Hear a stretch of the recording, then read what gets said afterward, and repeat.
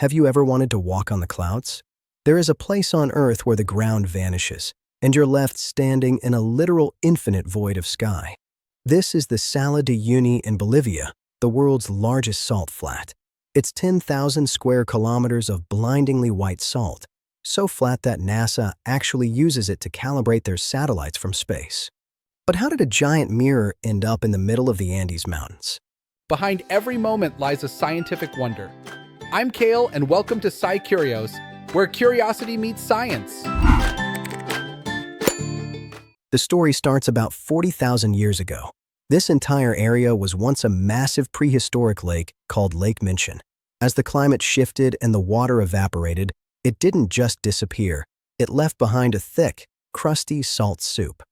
Today, that crust is several meters thick, forming a honeycomb pattern of salt tiles that stretches as far as the eye can see. The mirror effect that you see in all those viral photos only happens during the rainy season. A thin layer of water, just a few centimeters deep, collects on top of the salt.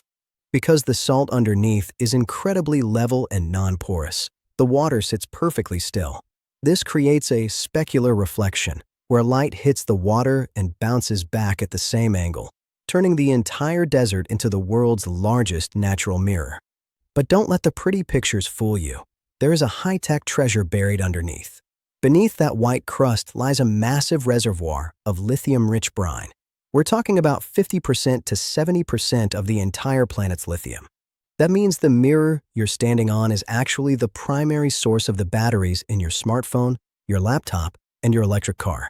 Beyond the tech, the Salar is a biological anomaly. Every November, it becomes a breeding ground for 3 species of pink flamingos. Imagine thousands of pink birds standing in the middle of a white salt desert. It looks more like a scene from a Dr. Seuss book than real life.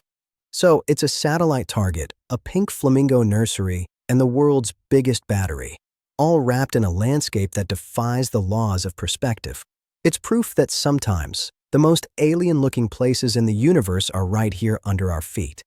If you had to spend 24 hours alone in the Salar de Uyuni, would you spend it taking perspective-warping photos or hunting for the perfect flamingo shot? Drop your pick in the comments. Science is everywhere if you just know where to look. Thanks for watching SciCurious. Until next time.